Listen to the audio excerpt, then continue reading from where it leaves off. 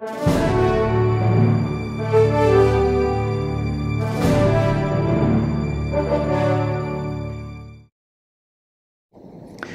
Bapak Saudara sekalian, pemirsa dari Aruna Joshua Channel dalam acara Wisdom. Tuhan berkati berlimpah-limpah. Apa kabarnya Bapak Ibu? Hari ini kita sudah masuk di bulan Juli. Bulan Juli tidak berasa Bapak Ibu, kita sudah ada di semester kedua dari tahun ini, dan kita akan terus mengakhiri tahun ini sampai tahun ke depan, terus sampai Tuhan Yesus datang.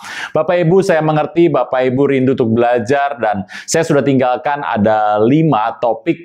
Bapak Ibu, 1 minggu yang terakhir dari akhir bulan kira-kira ya Bapak Ibu, saya akan tayangkan lagi kompilasi, yaitu ada tayangan yang 1, 2, 3 saya kompilasi, dan itu akan ditayangkan ulang.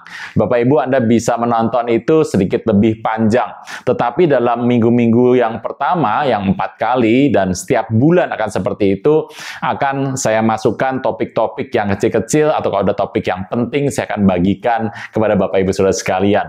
Bapak Ibu, saya mengerti, tetap belajar, tetap mengerti, dan melayani Tuhan Yesus itu yang penting. Bapak Ibu, terima kasih banyak untuk doa, daya, dan dana yang sudah Anda berikan kepada kami. Kami percaya Tuhan Yesus akan memberkati Bapak Ibu berlimpah-limpah. Anugerah Tuhan tidak pernah lalai. Nah, Bapak Ibu Saudara sekalian, saya mengerti Bapak Ibu hari-hari jangan lelah. Jangan menjadi capek untuk menghadapi semua perkara di muka bumi ini. Ada peperangan hari-hari ini. Anda sudah melihat ada Israel perang dengan Hamas, Israel semua ribut dengan Iran, dan Amerika ikut campur. Bapak Ibu, kondisi ini akan memicu ketegangan di muka bumi.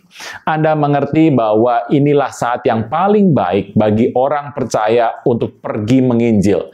Sebab anugerah Tuhan limpah dalam hidup Anda dan saya. Bapak Ibu, Anda mengerti bahwa kondisi perang ini tidak akan selesai. Perang ini akan menuju sampai Tuhan Yesus datang kali yang kedua. Oleh karena itu, bersiaplah Bapak Ibu. Kita tidak tahu kapan waktunya, kita tidak tahu kapan akan apa jadinya, tapi saya mengerti. Bapak Ibu, anugerah Tuhan selalu bersama dengan Bapak Ibu dan saya. Oleh karena itu, saya minta Bapak Ibu untuk kita tetap semangat, tetap berjalan, kerjakan tugas Tuhan. Bapak Ibu, setiap masa dalam kehidupan ini, pasti ada waktu selesainya. Setiap masalah yang Anda hadapi, yang semua yang terjadi dalam hidup ini, adalah merupakan sebuah proses yang engkau harus hadapi dan saya hadapi. Bapak Ibu, saya berikan Bapak Ibu sebuah doa, dan biarlah Tuhan akan mengurapi Bapak Ibu Saudara sekalian, sehingga Bapak Ibu menjadi kuat, dan menjadi tegas, dan menjadi berani untuk melangkah dalam anugerah Tuhan yang limpah. Terpujilah Tuhan Yesus. Dalam nama Tuhan Yesus, haleluya, shalom.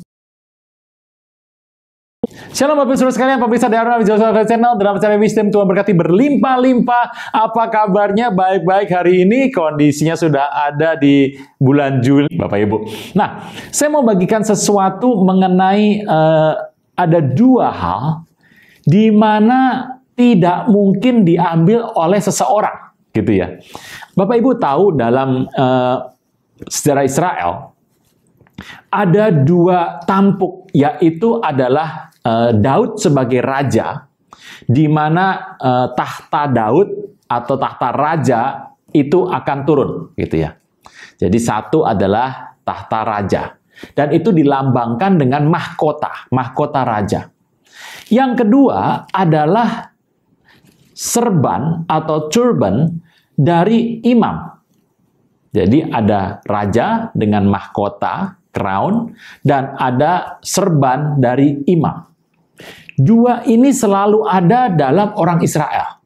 Anda mengerti ya? Nah, kalau saya bilang raja, Anda mengerti, oh siapa raja orang Israel? Tuhan. Tuhan melarang orang Israel meminta raja, dan permintaan raja adalah satu jahat di mata Tuhan. Jadi hari itu Tuhan menjadi raja orang Israel. Raja sekaligus adalah orang yang dihormati.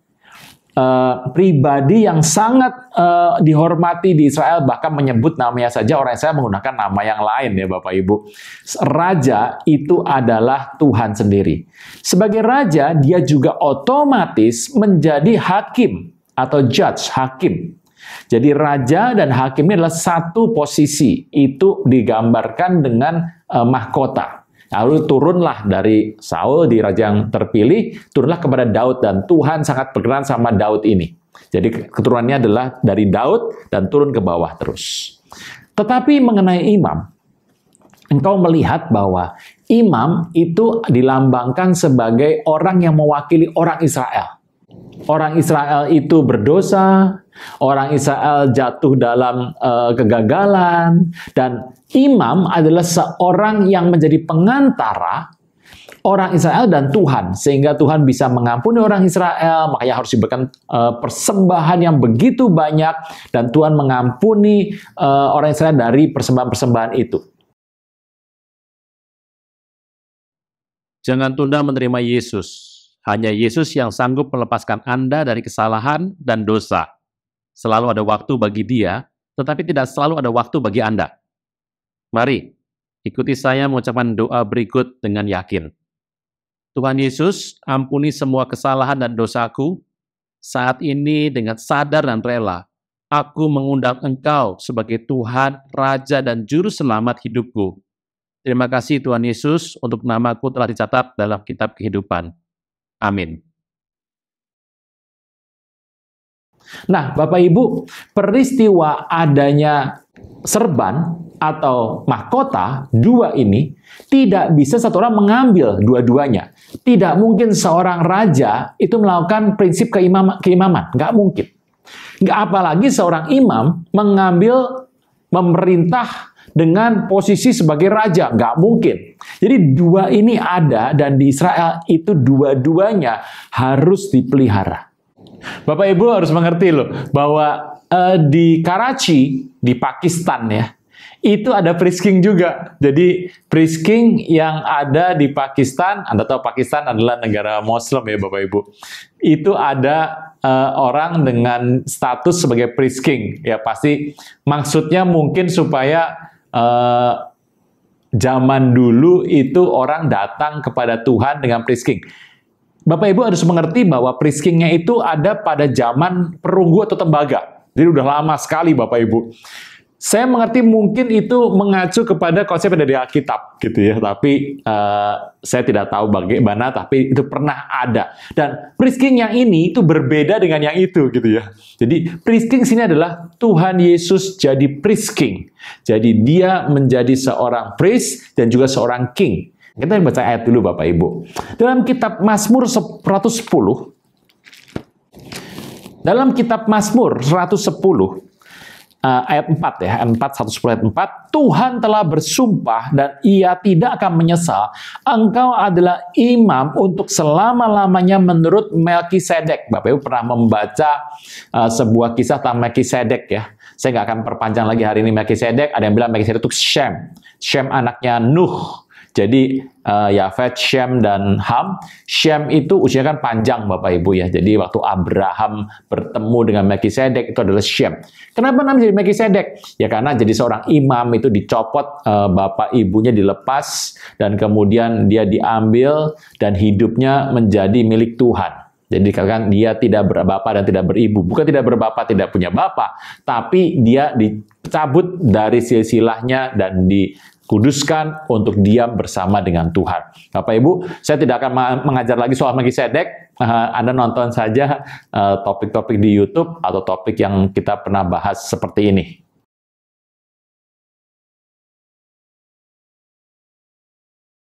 Oke, nah Bapak Ibu, ini kali ini penting nih. Tuhan sudah berfirman di Zakaria. Saya pernah membaca satu Zakaria, kita membaca sebentar Zakaria 6 ayat 12. Katakanlah kepadanya, beginilah firman Tuhan semesta alam. Inilah orang yang bernama Tunas. Tunas itu bisa Tuhan Yesus. Tuhan Yesus adalah kelak seorang tunas gitu ya. Ia akan bertunas dari tempatnya dan dia akan mendirikan bait Tuhan. Bait Tuhan secara rohani ya. Dialah yang akan mendirikan bait Tuhan, dialah yang akan mendapat keagungan dan akan duduk memerintah di atas tahtanya, di sebelah kanannya akan ada seorang imam, dan permufakatan tentang damai akan ada di antara mereka berdua. Bapak Ibu ini bagus. Tuhan Yesus menjadi seorang priest king. Apa dan bagaimana? Bapak Ibu tahu bahwa Yesus itu adalah Mesias yang hidup dan dia itu lahir dari keturunan Daud. Secara manusia dari keturunan Daud. Jadi tahta Daud ada di atas kepalanya. Bapak Ibu, cerita Tuhan Yesus ini dikatakan bahwa orang yang memberikan sacrifice pada Mesias, orang yang datang kepada Mesias, yang mempersembahkan korban, itu adalah seorang priest, seorang imam. Tetapi ini yang menarik. Bapak Ibu, orang yang membawa persembahan sama Mesias, itu dia mewakili orang Israel, karena orang Israel sudah berdosa, sudah jatuh dalam dosa, dia harus membawa persembahan, dan persembahan itu harus dalam bentuk hewan-hewan ternak, atau tanaman-tanaman, dan itu dibawa. Dan orang yang membawa itu haruslah seorang imam. Orang datang sama Mesias, membawa persembahan depan Mesias, itu harus seorang imam. Gitu ya Bapak Ibu ya. Nah, ini menarik. Tetapi firman Tuhan berkata, orang yang bisa melakukan untuk ke depan raja, datang ke depan raja, itu adalah seorang Mesias. Bapak Ibu harus ingat pelan-pelan. Mesias ada di sini. Orang datang sama Mesias harus melewati imam. Imam di sini. Ini Mesias ini ya. Jadi imam mewakili rakyat Israel supaya datang sama Mesias. Gitu. Tetapi orang yang bisa, ini raja nih, ini Tuhan. Orang yang bisa datang untuk melunakkan hati Tuhan, itu haruslah Mesias. Jadi Mesias itu di tengah, dia berfungsi sebagai priest king. Imam dan raja.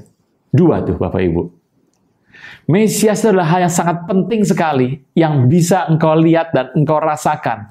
Tuhan Yesus datang ke muka bumi, dia mati untuk satu maksud yang besar, agar ada dua, yaitu kerajaan dan imam, itu menjadi pengantaranya di tengah, adalah priest king, dan Mesias ini menjadi pengantara dua ini. Imam membawa kepada Mesias, tetapi Tuhan mengampuni karena melihat Mesias. Bapak Ibu mengerti? Jadi priest king itu adalah satu status yang luar biasa sekali. Bapak Ibu, hari itu Mesias menjadi seorang jaksa penuntut yang bertahan di balik Anda. Dia akan membawa semua dosa, semua kesalahan dalam kematiannya. Dia menjadi pembela Anda.